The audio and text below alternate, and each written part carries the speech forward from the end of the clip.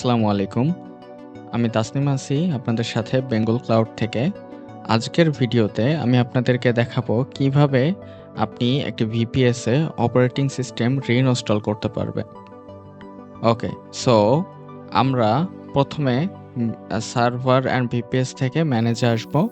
ম্যানেজে আসার পরে আপনি প্যানেল লগইন এইখানে ক্লিক করবেন। প্যানেল লগইনে ক্লিক করার পরে আপনি এমন একটি লগইন ইন্টারফেস দেখতে পারবেন।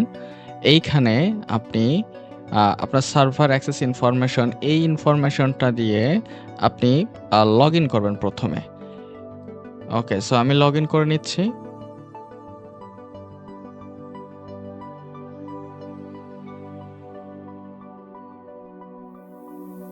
ওকে, আমি এখানে লগইন করে নিলাম আমার VPS কন্ট্রোল প্যানেলে। এখন আমি অ্যাকশন থেকে ম্যানেজে যাব।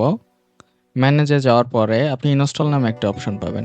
এখন এইখান থেকে আপনি আপনার পছন্দ মতো যে কোনো অপারেটিং সিস্টেম ইনস্টল করে নিতে পারেন এবং আপনি ভার্সন সিলেক্ট করতে পারেন। যেমন আমি এখান থেকে উবুন্টু 22 এই ভার্সনের উবুন্টু অপারেটিং সিস্টেম ইনস্টল করব। সো প্রথমে আমি উবুন্টু 22 সিলেক্ট করে নিচ্ছি। এরপরে আমি এখান থেকে একটা নতুন পাসওয়ার্ড জেনারেট করে নিচ্ছি। ওকে, আর এরপরে আপনি জাস্ট ক্লিক করবেন রিইনস্টল এই অপশনটিতে। ওকে, এখানে পপ আপ আসবে, কনফার্ম করে দিবেন। Okay, the OS reinstall process has been started in the background. So আপনি জাস্ট 2 থেকে 5 মিনিট অপেক্ষা করবেন। এরপরে আপনার অপারেটিং সিস্টেম রিইনস্টল হয়ে যাবে। এখানে আপনি রিইনস্টল হয়ে গেলে একটা ইমেল পাবেন রিবিল্ড নামে।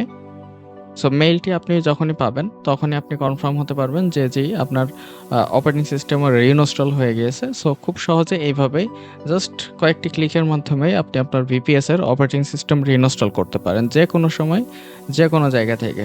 থ্যাংক ইউ বেঙ্গল ক্লাউডের সাথে থাকবার জন্য।